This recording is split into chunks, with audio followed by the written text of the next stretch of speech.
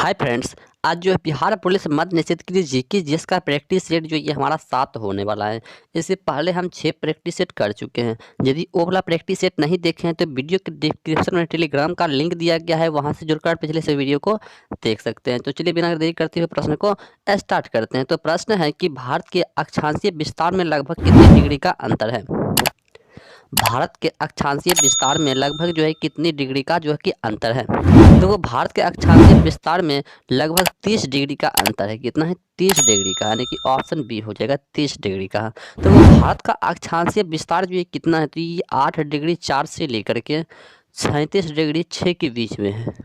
ठीक है, जो कि उत्तरी गोलार्ध में स्थित है। और भारत का देशांतरी विस्तार की हम बात करें तो ये 68 डिग्री 7 से लेकर 97 डिग्री 25 है, जो कि पूर्वी गोलार्ध में स्थित है। और भारत का मानक समय जो ये इलाहाबाद के समय पर नैनी से स्थित है, जो कि ग्रीनविच मीन टाइम से इनकी क्या है 15.5 घंटा आगे हैं। ठीक है, सॉरी 5.5 घंटे आगे हैं। तो इस तरीके से हो जाएगा। चलिए देखते हैं अगला प्रश्न को। चलिए अगला प्रश्न क्या है, 2 नंबर में प्रश्न है कि निम्नलिखित में से किसका जनसंख्या घनत्व सबसे कम है। निम्नलिखित में से किसका जनसंख्या घनत्व जो है ये सबसे कम है। देखो अरुणाचल प्रदेश राज्य का जनसंख्या घनत्व जो ये सबसे कम है, अरुणाचल प्रदेश का, यानी कि ऑप्शन सी जो है इसका सही आंसर हो जाएगा। और अरुणाचल प्रदेश राज्य का जनसंख्या घनत्व 17 प्रति वर्ग किलोमीटर, कितना है 17 जो है ना प्रति वर्ग किलोमीटर है। और बिहार की जनसंख्या का घनत्व जो सबसे अधिक है, जो कि कितना है 1106, कितना है 1106 है। और उत्तर प्रदेश की जनसंख्या देश की मतलब सभी राज्यों से अधिक है। और सर्वाधिक लिंगा अनुपात वाला राज्य ये कौन सा है, ये केरल राज्य है। ठीक है, केरल राज्य है। और न्यूनतम लिंगानुपात वाला राज्य कौन सा, ये हरियाणा राज्य है। और न्यूनतम साक्षरता दर वाला राज्य कौन सा है, तो ये अपना बिहार है। ठीक है, कौन सा राज्य है, ये बिहार है। तो चलिए देखते हैं अगला प्रश्न को। चलिए अगला प्रश्न क्या है कि 3 नंबर में प्रश्न है कि भोपाल गैस त्रासदी किस वर्ष थी। भोपाल गैस त्रासदी जो है ये किस वर्ष हुआ था। देखो ये जो है 1984 ईस्वी में हुआ था। कब हुआ था? 1984 ईस्वी में हुआ था, यानी कि ऑप्शन ए हो जाएगा। और भोपाल में यूनियन कार्बाइड की फैक्ट्री से निकली जहरीली गैस यानी कि मिथाइल आइसोसाइनाइड से हजारों लोगों की जान चली गई थी। और मिथाइल आइसोसाइनाइड का प्रयोग कीटनाशक बनाने के लिए जो कि किया जाता था। तो इसका सही आंसर जो है ऑप्शन नंबर ए हो जाएगा। चलिए देख लेते हैं अगला प्रश्न को। अगला प्रश्न जैसा कि आपको स्क्रीन पर दिख रहा होगा। चलिए अगला प्रश्न है 4 नंबर की, भारत में कॉफ़ी का अधिकतम उत्पादन करने वाला राज्य का नाम जो है यानी कि कौन सा है।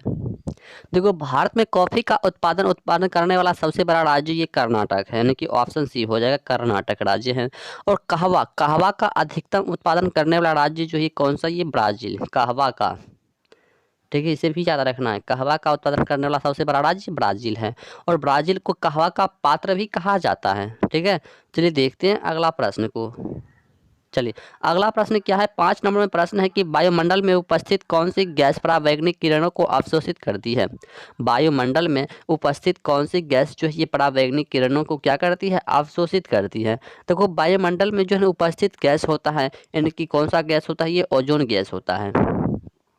ठीक है, ओजोन गैस होता है। और ओजोन गैस जो ये 20 किलोमीटर मतलब जो है ना कि मोटाई से मतलब समताप मंडल में सबसे ऊपरी भाग में स्थित होता है। और इस मंडल की खोज जो है सर्वप्रथम 1902 ईस्वी में 1902 ईस्वी में टीन रेस बोर्ड के द्वारा किया गया था। और ओजोन परत का खोज यानी कि चार्ल्स फेरबी और हेनरी ब्यूसन ने किया था। और ओजोन गैस की एक अणु ऑक्सीजन के 3 अणु के मतलब मिलने से बनता है। ओजोन गैस की एक अणु जो होता है ये ऑक्सीजन के 3 अणु से मिलकर बनता है। ठीक है, तो इसे भी याद रखना है। चलिए देखते हैं अगला प्रश्न को। चलिए अगला प्रश्न है 6 नंबर की, माउंट एवरेस्ट की चोटी पर पहुंचने वाली पहली महिला कौन थी। देखो ये कौन थे, जुनको तब्बे, कौन थे, जुनको तब्बे। देखो माउंट एवरेस्ट पर चढ़ने वाले भारत की प्रथम महिला जो कि बछेंद्री पाल थी, कौन थी, ये बछेंद्री पाल थी। लेकिन माउंट एवरेस्ट पर चढ़ने वाली 2 बार प्रथम महिला जो कि कौन थी, ये संतोष यादव। कौन था, ये संतोष यादव था, 2 बार लगातार चढ़ा है। और अरुणिमा सिन्हा प्रथम आप मतलब दिव्यांग महिला जो कि माउंट एवरेस्ट पर भी चढ़ा है। इसे भी याद रखना है। चलिए देखते हैं अगला प्रश्न को। चलिए अगला प्रश्न है 7 नंबर कीजिए।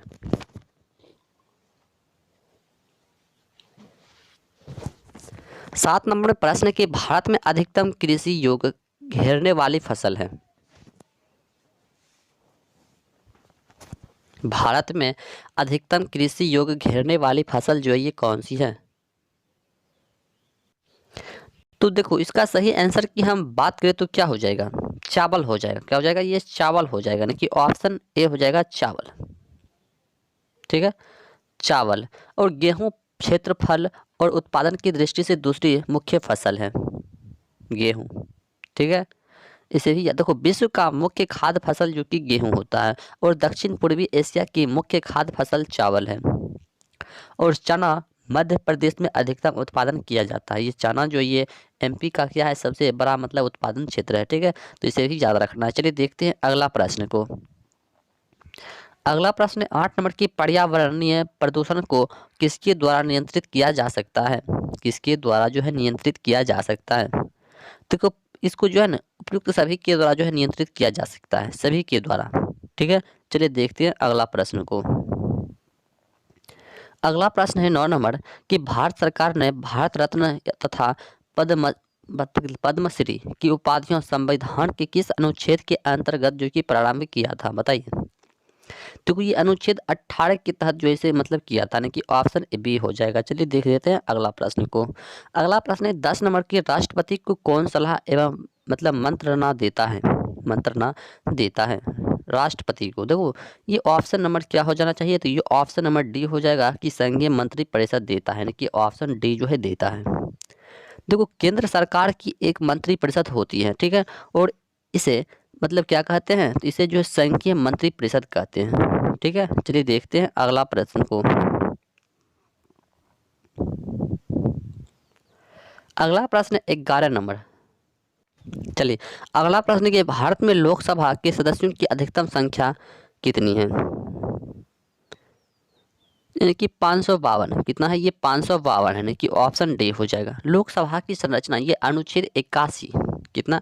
अनुच्छेद 81 के तहत आई है, जो कि लोकसभा संसद का क्या है? प्रथम एवं निम्न सदन है, जिसका सभापति करने के लिए एक अध्यक्ष होता है। और मूल संविधान में लोकसभा की सदस्यों की संख्या कितना है? ये 500 है। ठीक है, 500 जो कि निश्चित किया गया है। अभी इसके सदस्यों की अधिकतम संख्या कितना है? ये 552 है अभी के समय में। ठीक है, और इनमें से अधिकतम 530 सदस्य राज्यों को निर्वाचित क्षेत्र और अधिकतम 20 सदस्य जो है ये संघीय क्षेत्र में जो कि निर्वाचित किया जाता है। ठीक है, और वर्तमान में लोकसभा की सदस्य की संख्या कितना है? ये 545 है। कितना है? ये 545 है लोकसभा की सदस्य। ठीक है, इसे भी याद रखना। चलिए देखते हैं अगला प्रश्न को।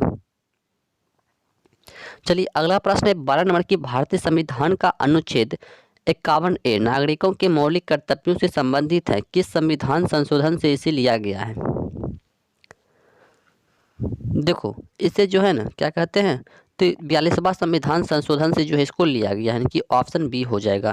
ठीक है, 42वां संविधान संशोधन से लिया गया है। तो कुछ और यदि हम बात करें कि ये 46वां संविधान संशोधन, तो वो इसमें इसे जो 1982 ईस्वी में राज्यों द्वारा लगाया जाने वाला बिक्री कर की मतलब खामियों को दूर किया गया है, इसके तहत किया गया है। और ये 71वां संविधान संशोधन जो है इसके द्वारा जो है 1992 में नेपाली, मणिपुरी और कोंकणी भाषाओं को 8वीं अनुसूची में जो कि शामिल किया गया है। और ये 73वां संविधान संशोधन जो है इसके द्वारा 1992 से 93 के द्वारा संविधान में पंचायती राज के लिए 11वीं अनुसूची को जोड़ा गया है। तो इसे भी याद रखना है। चलिए देखते हैं अगला प्रश्न को। चलिए अगला प्रश्न है 13 नंबर की भारत में कब पहली बार राष्ट्रीय आपातकालीन घोषणा की गई थी?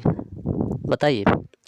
देखो भारत में अनुच्छेद 352 के आधार पर अब तक 3 बार आपातकालीन लगाया गया है। ऑप्शन नंबर ए हो जाएगा, यानी कि जो है 1962 में। देखो 3 बार लगाया गया है। पहला लगाया गया है 1962 में, और दूसरा जो लगाया गया है ये 1971 में लगाया गया है, और तीसरा जो लगाया गया है ये 1975 में। ठीक है, तो वो पहला जो लगाया गया है पहला जो है ना, पहला किसके? देखो भारत चीन के युद्ध के समय लगाया गया था। और ये दूसरा वाला जो है, ये दूसरा वाला भारत और पाकिस्तान के मध्य मतलब युद्ध के समय जो कि लगाया गया था। और ये तीसरा वाला जो है कि आंतरिक अशांति के नाम पर आपातकाल को लागू करने के लिए लगाया गया था। तो सभी को पता चल गया होगा। चलिए देखते हैं अगला प्रश्न को। चलिए अगला प्रश्न है 14 नंबर की, भारत के संविधान में मौलिक अधिकार हैं। भारत के संविधान में मौलिक अधिकार हैं। भारत के संवैधानिक मौलिक अधिकार जो ये कौन सा है? देखो, भारत के संवैधानिक मौलिक अधिकार ये मूल संविधान का हिस्सा था। क्या था? ये जो है मूल संविधान का एक क्या था? हिस्सा था, यानी कि ऑप्शन नंबर ए हो जाएगा। देखो, मौलिक अधिकार भारत के संविधान में अमेरिका से लिया गया है। कहाँ से लिया गया है? ये अमेरिका से लिया गया है, लेकिन भारतीय संविधान में 7 मौलिक अधिकार दिया गया था, जिसमें वर्तमान में 6 मौलिक अधिकार हैं, जो कि संपत्ति के मौलिक अधिकार को 44वें संविधान संशोधन के द्वारा जो कि हटा दिया गया है। अब यह अनुच्छेद 300 ए के अधीन कानूनी अधिकार है और मौलिक अधिकार का संरक्षण उच्चतम न्यायालय को बनाया गया है, जो कि अनुच्छेद 32 के तहत आता है। और हाईकोर्ट भी मौलिक अधिकार की रक्षा के लिए अनुच्छेद 226 के अंतर्गत यानी कि 5 रीट जारी कर सकता है। तो इसे भी याद रखना है। चलिए देखते हैं अगला प्रश्न को। चलिए अगला प्रश्न क्या है? 15 नंबर में प्रश्न है कि किसने कहा है कि न्याय वह गुण है जो राज्य में निवास करता है? किसने कहा है कि न्याय वह गुण है जो राज्य में निवास करता है? देखो, किसने कहा है? कि जोवेट ने कहा है। किसने कहा है? जोवेट ने। देखो, न्याय वह गुण है जो राज्य में निवास करती है। ठीक है, चलिए देखते हैं अगला प्रश्न को। अगला प्रश्न है 16 नंबर की, संपूर्ण ग्रामीण रोजगार योजना लागू हुई है। कब हुआ है? देखो, संपूर्ण ग्रामीण रोजगार योजना जो है सितंबर 2001 में लागू हुई है, यानी कि ऑप्शन नंबर ए हो जाएगा। सितंबर 2001 में इसे लागू किया गया है, लेकिन तत्कालिक प्रधानमंत्री अटल बिहारी वाजपेयी के द्वारा संपूर्ण ग्रामीण रोजगार योजना लागू की गई थी, लेकिन रोजगार आश्वासन योजना 1993 में लागू किया गया था। ठीक है, इसे भी याद रखना है। चलिए देखते हैं अगला प्रश्न को। चलिए अगला प्रश्न क्या है? 17 नंबर में प्रश्न है कि देश में हरित क्रांति के लिए उत्तरदायी है। देश में हरित क्रांति के लिए कौन उत्तरदायी है? देश में हरित क्रांति के लिए उत्तरदायी है, बताइए। देखो, देश में हरित क्रांति के लिए उत्तरदायी है, यानी कि क्या होना चाहिए? तो ऑप्शन नंबर डी हो जाएगा, इनमें से सभी जो कि क्या है? उत्तरदायी है। चलिए देखते हैं अगला प्रश्न को। चलिए अगला प्रश्न है 18 नंबर के, निम्नलिखित में से कौन सा राज्य भारत के 7 बहनों के अंतर्गत शामिल नहीं है? देखो, ये सिक्किम राज्य क्या है? ये सिक्किम राज्य जो कि शामिल नहीं है। देखो, सिक्किम भारत का 22वां क्या है? 22वां राज्य, जो कि 26 अप्रैल 1975 को, कब? 26 अप्रैल 1975 को 36वां संविधान संशोधन के द्वारा बनाया गया है। लेकिन 7 बहनों के अंतर्गत जो कि सिक्किम छोड़कर शेष भारत के पूर्वोत्तर राज्य आते हैं, जैसे कि असम हो गया, मेघालय हो गया, मिजोरम हो गया, त्रिपुरा हो गया, नागालैंड हो गया, अरुणाचल प्रदेश हो गया, मणिपुर हो गया। मतलब ये सभी राज्य आता है। और 1 दिसंबर 1963 को नागालैंड राज्य का निर्माण किया गया था। ठीक है, तो ये सभी को मतलब याद रखना है। चलिए देखते हैं अगला प्रश्न को। चलिए अगला प्रश्न है कि भारत सरकार अधिनियम 1935 किस पर आधारित था? देखो, भारत सरकार अधिनियम 1935 ब्रिटिश भारत के प्रांतों के अधिवेशन का सिद्धांत पर आधारित था, यानी कि ऑप्शन नंबर ए हो जाएगा। ठीक है, चलिए देखते हैं अगला प्रश्न को। अगला प्रश्न है 20 नंबर की, गांधी जी ने कौन से वर्ष में साबरमती गुजरात से अपनी प्रसिद्ध दांडी यात्रा जो कि आरंभ किया था? ये बताना है। देखो, 1930 में। कब? क्या है? 1930 ईस्वी में।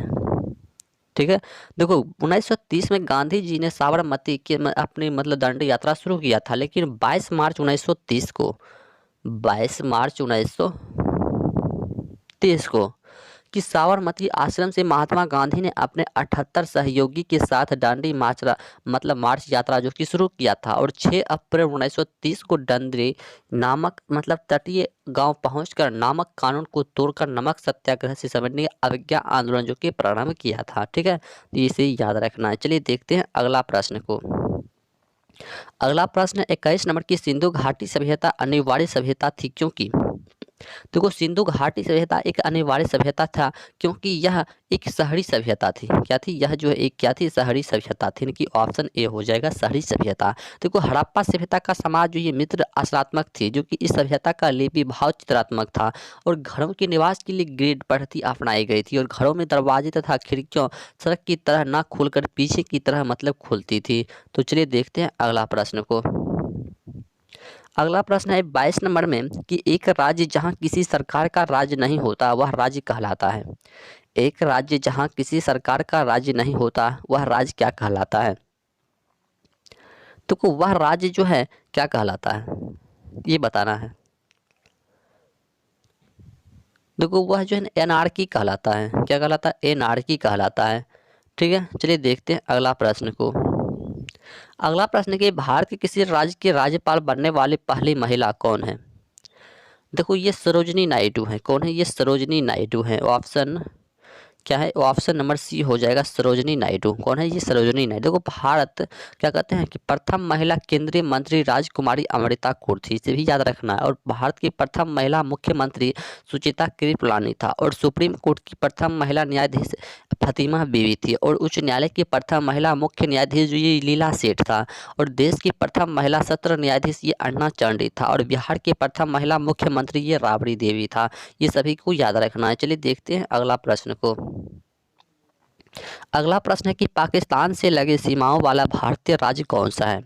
देखो गुजरात हो गया, जम्मू कश्मीर हो गया, पंजाब हो गया, राजस्थान हो गया। ये क्या कहते हैं? पाकिस्तान से लगा हुआ भारतीय राज्य है, यानी कि ऑप्शन बी हो जाएगा। क्या हो जाएगा? ये ऑप्शन नंबर बी हो जाएगा। तो वो भारत का मुख्य स्थलीय भाग पर सीमा बनाते देश जैसे बांग्लादेश, चीन, पाकिस्तान, नेपाल, अफगानिस्तान, भूटान और म्यांमार है। और भारत में सर्वाधिक लंबा सीमा साझा करने वाला देश ये बांग्लादेश जो कि बनाती है, जो कि कितना है? 4096 किलोमीटर है। और भारत में सबसे कम सीमा अफगानिस्तान बनाती है जो कि 80 किलोमीटर है। और अफगानिस्तान से जुड़ा राज्य जो कि जम्मू कश्मीर है। ठीक है, और चीन से जुड़ा भारतीय राज्य जो कि अरुणाचल प्रदेश हो गया, हिमाचल प्रदेश हो गया, जम्मू कश्मीर हो गया, उत्तराखंड हो गया, सिक्किम हो गया। तो चलिए देखते हैं अगला प्रश्न को। चलिए अगला प्रश्न है कि टोर्नेडो क्या है? टोर्नेडो क्या है? देखो टोर्नेडो क्या है, यानी कि ऑप्शन नंबर बी हो जाएगा कि एक अति निम्न दाब केंद्र है। ठीक है, एक अति निम्न दाब केंद्र। चलिए देखते हैं अगला प्रश्न को। चलिए अगला प्रश्न है 26 नंबर की, यदि पृथ्वी के अक्ष के झुकाव का यानी कि 18 डिग्री कर दिया जाए तो कौन सी अक्षांश रेखा आर्कटिक वृत्त को प्रदर्शित करेगी? यानी कि ऑप्शन नंबर सी करेगा। कौन करेगा? ऑप्शन नंबर सी करेगा, 71.1/2 करेगा। ठीक है, और अक्षांश रेखा द्वारा जलवायु प्रदर्शित किया जा सकता है। और देशांतर रेखा द्वारा समय का मापन किया जाता है, इसे भी याद रखना है। चलिए देखते हैं अगला प्रश्न को। अगला प्रश्न है 27 नंबर की, निम्नलिखित में से कौन सी सेल निर्माण प्रक्रिया के आधार पर अन्य 3 से भिन्न है? तो वो ये संगमरमर है। क्या है? ये संगमरमर जो अन्य 3 से क्या है? ये भिन्न है। संगमरमर अन्य तीनों से क्या है? भिन्न है। ठीक है, चलिए देखते हैं अगला प्रश्न को। चलिए अगला प्रश्न 28 नंबर की, उपभोग की जाने वाले अंतिम इकाई से प्राप्त होने वाली उपयोगिता है। उपयोगिता है, यानी कि ऑप्शन नंबर ए है, यानी कि सीमांत उपयोगिता। क्या है? ये सीमांत उपयोगिता। सीमांत उपयोगिता शून्य होती है और इसे उपयोगिता ह्रास नियम भी कहते हैं। ठीक है, तो चलिए देखते हैं अगला प्रश्न को।